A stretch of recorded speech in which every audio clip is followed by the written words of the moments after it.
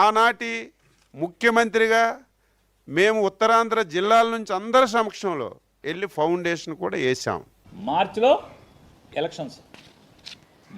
ఎలక్షన్లో ఫిబ్రవరి 14వ తారీఖున 2019 ఫిబ్రవరి 14వ తారీఖున భోగాపురం ఎయిర్పోర్ట్ కంట ఒక దిమ్మ కట్టాడంట.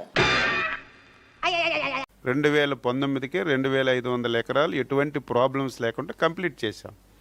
కొంతమందికి డబ్బులు వెళ్ళొచ్చు, కొంతమందికి డబ్బులు వెళ్ళకపోవచ్చు. కంటిన్యూషన్, గవర్నమెంట్ అంటే కంటిన్యూషన్.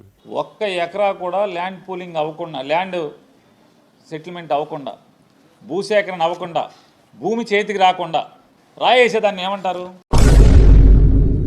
900 కోట్లు కట్టామని చెప్పి నోరు ఎందుకు 3-4 సంవత్సరాలు ఆపేసింది పోర్ట్?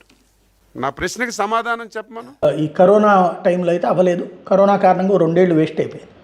ఆ తర్వాత జగన్ వెళ్ళాడు, కేంద్రంతో ఒప్పించాడు, పర్మిషన్ తీసుకుని వచ్చాడు.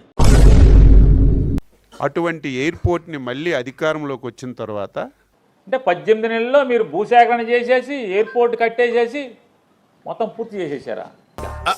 అంటే అది కనీసం రాజకీయ నాయకులు కొన్ని తప్పులు మాట్లాడతారు, కొన్ని అవాస్తవాలు మాట్లాడతారు. ఇందాక చెప్పలే నేను ఎవరి కాడ తెలుసుకోవాల్సిందే.